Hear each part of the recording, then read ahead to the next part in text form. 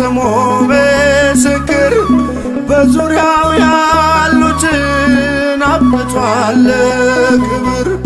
ስለ ፍጹም ምልጃው ለኔ ግን ይለያል መልአኩ ሚካኤል ስለው ደስ ይለኛል። ብዙ ልጆች ያሉት ለስሙ ምስክር በዙሪያው ያሉትን አብቅቷል ክብር።